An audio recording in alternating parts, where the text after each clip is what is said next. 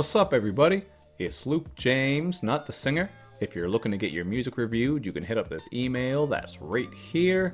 But today I'm going to hit you up with my thoughts and opinions on this new project from Wombo called Wombo Sees the World Conquest. Wombo is a duo out of Virginia made up of Omar the Groove and New Type Josh, and if you want to find out more about them and check out their music, you can just take a look at all the links I got for you down below.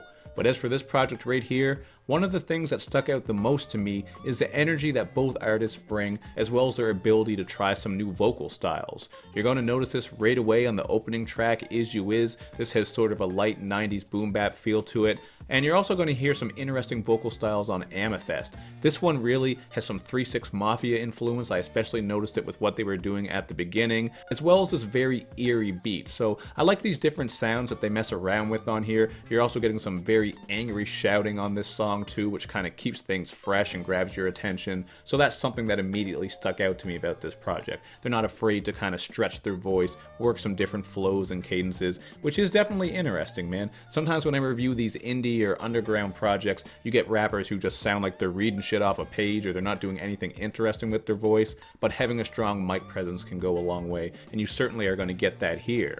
There's also a line on Amethyst where New Type Josh says, "She on coke and doja, she from Nova Scotia." And that is where I was born and raised, so I wonder if he's messing around with a girl I know. I know it's just a line, so he's probably just putting it out there because it rhymes. But even still, man, it just made me think. You know you got a girl from Nova Scotia when she's eating donaires, maybe ordering up poutines, cooking you some lobster and all that type of shit, because that's how we do it over here in the Maritimes. But to move forward, I did notice that with the production there was a bit of variety, like on the song Mignana, where you're getting some very playful guitar. But all in all, I didn't really get any production here that absolutely blew my mind. You know when you hear a beat and it gets you out of your seat or it makes you scowl like, ooh, this shit is crazy, I never heard something like this before. I really didn't get that here, although the beats weren't trash by any means. Like, the sound kit is nice, as well as any of the sampling you hear, it's done quite well, so it is pieced together well, but the beats themselves weren't really amazing. That was just my opinion. And I also felt like the mixing and mastering throughout this project was a little bit up and down. There were some moments where the levels weren't quite equal or level, that's why they're called levels, goddammit. But some of that might also be because of all the cadence switch-ups, the way they're yelling and screaming and those types of things. So that all comes together. Not to say that these are major gripes by any means, but just some things I did pick up on and they could maybe keep in mind for the next project. But to move on, there were a couple of beats on here that I did like, including some filthy bangers with bass thicker than Ricky White. I'm talking about the songs Unruly and No More Heroes. So with Unruly, this is a pill-popping joint that kind of gets into some social commentary about how doctors are just flooding pills out to people very easily. People can get addicted and all those sorts of things. We've seen this go on a lot within the past couple of years. It's nothing new, but we've seen rappers die, like Lil Peep, Mac Miller, and beyond. Of course, that's like a fentanyl thing that ties in with the pills, but even still, these are some of the sort of ideas you're going to get on this track. And Josh has a nice bar where he says, they don't want a cure, they just want to check. That whole idea of how doctors could probably cure some of these diseases and solve some of these issues, but instead they just got to keep you on the pills because that's where the money is. We've all heard that before. And that's some shit that does go on. So I did like them speaking on those things there. And on No More Heroes, we're getting this very confrontational joint where they seem to be calling out their heroes and idols because they're putting that work in. There are also some pretty funny pop culture references on here to Undertaker's WrestleMania streak and also to Quail Man. So shout out to my boy Doug Funny. Shout out to Skeeter. I know he's out there doing his thing. They both trying to smash Patty Mayonnaise, I think. But that's a whole other story for another day.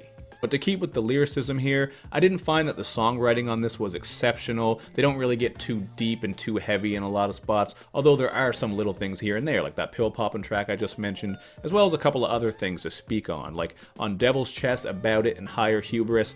These ones have your standard themes about chasing money, inner peace, being on the come up, a lot of stuff like that you've heard before. I did like that boom bap production on About It, so I'm not saying these tracks don't have any merit to them, I'm just saying there wasn't anything that really grasped me about the lyrics and songwriting, kind of standard content. But the outro track, Soil/Pray for Peace, however, highlights some of this album's most interesting content because they're getting spiritual, introspective, insightful, and kind of mystic with some of the things that they're saying, and they're doing it over this very calming backdrop that fits perfectly with the theme. So there are some moments here that I did like. It's just one of those projects that it kind of seems like with a bit more polishing, with a bit more time and experience, especially into crafting songs and songwriting, with all these things, I just think that they could do even better. So I'm going to go with a 3 out of 5. I think it's definitely worth the listen, but I just want to see what else they can do. I think with some stronger production, songwriting that goes a bit deeper, like just exploring these concepts and ideas in some more unique ways, really fleshing the ideas out more, I think that would help a lot because they have a lot of energy, they have a lot of personality, there are some good hooks and vocals on here, as I said, but you know, these are just a couple of things that I picked up on, so it is what it is. But definitely check it out for yourself and then hit me up in the comments section with your thoughts. And of course, make sure you do that good YouTube and social media stuff where you show me love and you show me lots of it. Thank you for watching, everybody.